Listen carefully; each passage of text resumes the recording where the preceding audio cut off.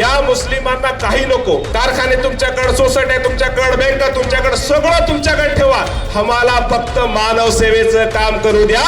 आम्ही तुम्हाला शब्द देतो, या महाराष्ट्रात एकही माणूस उपाशी मरणार नाही. पण राजकीय षड्यंत्रापोटी त्याची सगळी ऊर्जा स्वतःला सिद्ध करण्यामध्ये चालले. मी देशभक्त आहे, मी देशद्रोही नाही, मी प्रामाणिक आहे. मोहम्मद पैगंबर म्हणतात, तो मुस्लिम नव्हे ज्याने स्वतः पोट भरून खावे आणि त्याचा शेजारी उपाशी राहावा. याच महाराष्ट्रामध्ये 6,000 आदिवासी बालक अन्न विना तडफडून मेली. आमची नैतिक जबाबदारी होती की नाही? रोजा हा जो उपवास आहे, या उपवासामध्ये सामान्यतः आपण जसं अन्नाचा आणि पाण्याचा त्याग करतो, फक्त तेवढा त्याग अपेक्षित नसून सकाळी 5 वाजल्यापासून सायंकाळी 7 वाजल्यापासून अन्न आणि पाण्याच्या त्यागासह सर्व वाईट गोष्टीचा त्याग करावायचा असतो.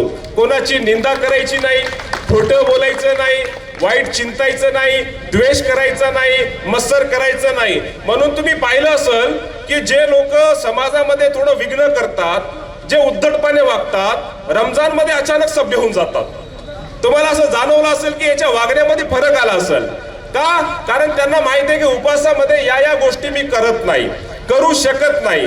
आता ही सवय ईश्वर तुम्हाला 30 दिवस उपवास ठेवून का लावतो?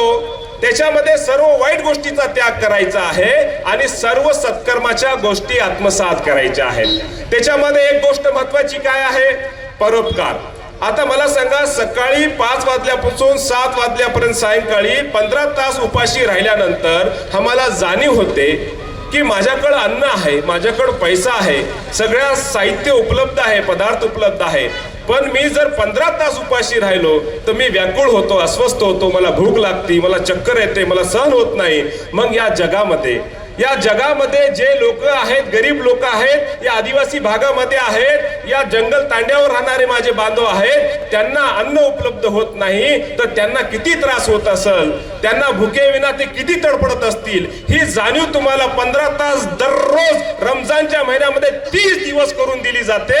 आणि त्याच्यानंतर ईद साजरी करायची तर आधी तुम्हाला सांगितलं जाते 30 दिवस तुम्ही उपाशी होता, तुम्हाला भूक लागली होती, तुम्हाला तहान लागली होती, तुम्ही तडफडत होता, तुम्हाला व्याकुळ होत होता, अस्वस्थ होत होता. आणि नंतर जर तुम्हा 7 वाजता पाणी प्यायला दिलं, तुम्हाला अन्न खायला दिलं, तुम्हाला हायसं वाटायचं. आता 30 दिवस तुमचं प्रशिक्षण झालेलं आहे. भूक काय असते, अन्नाविना माणूस कसा राहतो, कसा तडफडतो, याची जाणीव झालेली आहे. आता ईद साजरी करायची. प्रत्येक व्यक्तीनं आपल्या कुटुंबातल्या दरडोई व्यक्तीच्या 2.5 किलो धान्य काढायचं आणि ते धान्य गरिबांमध्ये वाटायचं. हे तुम्हाला ईद साजरी करण्याच्या आधीचा आदेश आहे. आता एखाद्यानं म्हटलं मी 30 दिवस उपवास ठेवले, रात्री तरावीची नमाज पडली, आता हे धान्य मी गरिबाला वाटणार नाही, तो ईद साजरा करू शकत नाही. ईद उल फित्र, ईद म्हणजे उत्सव, फित्र म्हणजे धान्य दानाचा उत्सव. आता मला सांगा बांधवांनो, धान्य दान करून उत्सव साजरा करणं ही संकल्पना हे मानव सेवेसाठी, मानव कल्याणासाठी आणि मानवतेसाठी पुरस्कार करणारीच आहे ना. आपल्याला काय वाटतं, हे विशिष्ट धर्माचं एक उपासना पद्धत आहे, फक्त भाषेचा फरक आहे याच्यामध्ये. जर मी तुम्हाला मराठीत सांगितलं तर तुम्हाला कळालं, तुम्ही म्हटले अरे ईद मध्ये किती चांगली गोष्ट आहे, धान्य दान केलं आणि उत्सव साजरा केला. आता हे झालं धान्य वाटप. आता जे श्रीमंत लोक आहेत, समजा आता चंदनगिरामध्ये एका कुटुंबामध्ये 5 लोक आहेत किंवा एका कुटुंबात 10 आहेत, लहान मुलं असो की वृद्ध असो. 10 मुलं जर एका कुटुंबात आहेत तर 2.5 किलो प्रत्येक व्यक्तीला, 10 व्यक्तीसाठी 25 किलो धान्य त्यांनी वाटप करायचं.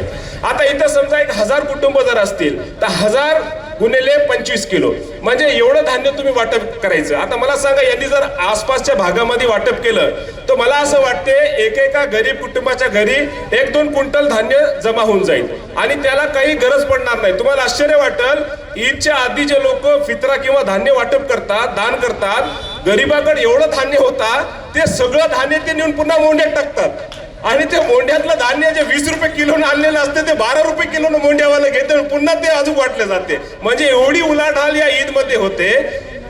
उद्देश हा आहे बांधवांनो. ईश्वर म्हणतो फक्त एका महिन्यासाठी हे नाही करायचं, हे प्रशिक्षण तुम्हाला देण्यात आलेलं आहे. आता 11 महिने तुम्ही भुकेल्याला अन्न खाऊ घालायचं, म्हणून हे प्रशिक्षण होतं. आणली गरिबांचं स्वतःच्या संपत्तीतला वाटा काढला, धान्य दान केलं, 30 दिवस प्रशिक्षण घेतलं. रात्री तुम्ही एकांतामध्ये तरावीची नमाज जी आहे, अतिरिक्त जे नमाज आहे ती ईश्वराची उपासना केली, ईशभय बाळगला, सर्व सत्कर्म आपसात केले, सगळ्या वाईट गोष्टीचा त्याग केला. आता ईद साजरी केली. आता तुम्हाला काय करायचं, जे तुम्ही 1 महिना प्रशिक्षण घेतलं ते 11 महिने तुम्हाला समाजामध्ये आचरणात आणायचं.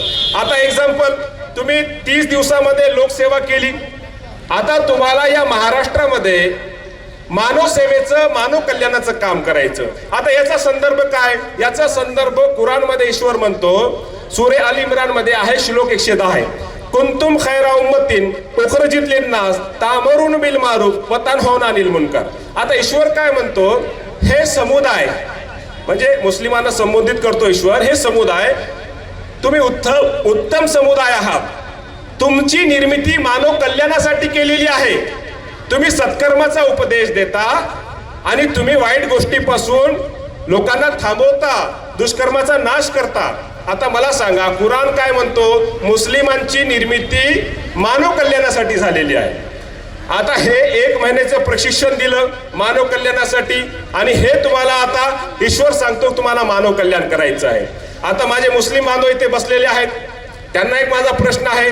मोहम्मद पैगंबराचा उपदेश आहे, मोहम्मद पैगंबर म्हणतात, तो मुस्लिम नव्हे ज्याने स्वतः पोट भरून खावे आणि त्याचा शेजारी उपाशी राहावा. हे मान्य है का मुस्लिमांना? मुस्लिम किती हाथ वर करा, मैं बोल रहा हूं बात सही है क्या? मानते हैं बात को? आप गवाही देते हैं हक है बोल के? एक बार हाथ ऊपर करो सब मुसलमान. ये बात हक है की मोहम्मद पैगंबर म्हणतात तो मुस्लिम नव्हे ज्यानं स्वतः पोट भरून खावे त्याचा शेजारी उपाशी राहावा. आता माझा प्रश्न आहे बांधवांनो, या महाराष्ट्रामध्ये मागच्या 3 वर्षामध्ये 36 जिल्हे कुपोषित निघाले. या 36 जिल्ह्यामध्ये 16,000 बालकं कुपोषित निघाली. या 16,000 बालकांपैकी 6,000 बालकं अन्नाविना दगावली, मेली, उपाशी मेली. आता मला सांगा, या महाराष्ट्रात 2 करोड मराठी मुस्लिम आहेत. मला सांगा, तुम्ही सांगितलं, तुम्ही स्वीकारलं, तुम्ही साक्ष दिली की मोहम्मद पैगंबराचा उपदेश आहे तो मुस्लिम नव्हे ज्यानं स्वतः पोट भरून खावे त्याचा शेजारी उपाशी राहावा. याच महाराष्ट्रामध्ये 6,000 आदिवासी बालकं अन्न विना तडफडून मेली. आमची नैतिक जबाबदारी होती की नाही? होती की नाही? हात वर करून सांगा, तुमच्यावर जबाबदारी होती की नाही? होती. आणि या मंचावर बसलेले भगवान बाबा, मी तुम्हाला शब्दावर सांगतो, मुस्लिम घ्यायला तयार आहे, पण राजकीय षड्यंत्रापोटी त्याची सगळी ऊर्जा स्वतःला सिद्ध करण्यामध्ये चालले. मी देशभक्त आहे, मी देशद्रोही नाही, मी प्रामाणिक आहे. अरे याला काम करू द्या मानव सेवेचं. मी तुम्हाला सांगतो, या मुस्लिमांना काही नको. कारखाने तुमच्याकडे, सोसायट्या तुमच्याकडे, बँका तुमच्याकडे, सगळं तुमच्याकडे ठेवा. आम्हाला फक्त मानव सेवेचं काम करू द्या. आम्ही तुम्हाला शब्द देतो, या महाराष्ट्रात एकही माणूस उपाशी मरणार नाही. कारण आमचा जन्म राज्य करण्यासाठी झालेला नाही, आमचा जन्म आमदार खासदार होण्यासाठी झालेला नाही. आमचा जन्म फक्त, बघा, ते एक भाग आहे आपल्या. जर तुम्हाला शोषित पीडित समाजाला, नागरिकाला न्याय मिळवून द्यायचा असेल तर तो एक क्षेत्र आहे, पण त्याच्यासाठी सगळी ऊर्जा लावायची आणि हे सामाजिक उत्तरदायित्व सगळं सोडून द्यायचं, हे कदापि मान्य होणार नाही. म्हणून आमच्या बहुजन बांधवाला हे कळलं पाहिजे की चंदनगिरा येथील मुस्लिम समाज हा बहुजन समाजाच्या हितासाठी आहे.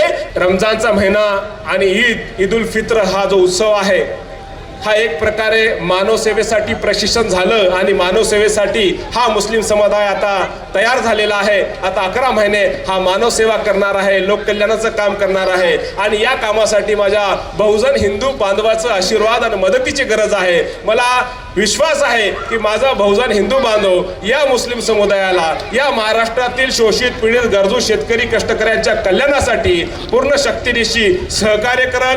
आणि हे विश्वास दाखवून भगवान बाबाचा आशीर्वाद घेऊन मी माझे इथे शब्द थांबवतो आणि ईश्वराला प्रार्थना करतो, ईश्वरा, आमचं प्रशिक्षण झालेलं आहे, तुला अपेक्षित मानव कल्याणाचं कार्य करण्यासाठी आम्हाला सद्बुद्धीन शक्ती द्यावी. व आखिरत दावाना आणि अल्हम्दुलिल्लाहि रब्बिल आलमीन.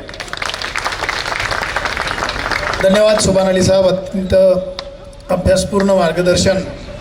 की आता प्रशिक्षण झालेलं आहे, प्रशिक्षण देण्याचा हा महिना आणि हे प्रशिक्षण घेऊन पुढील आगामी 11 महिने लोककल्याणाचं काम या माध्यमातून होईल. खरोखर अतिशय सुंदर असं विवेचन, मार्गदर्शन की राजकीय नेते आम्हाला धर्म सांगतात आणि दोन्हीकडचेही राजकीय नेते खरा धर्म आम्हाला सांगतात. धर्म हा धर्मतत्ववेत्यांकडून शिकला पाहिजेत.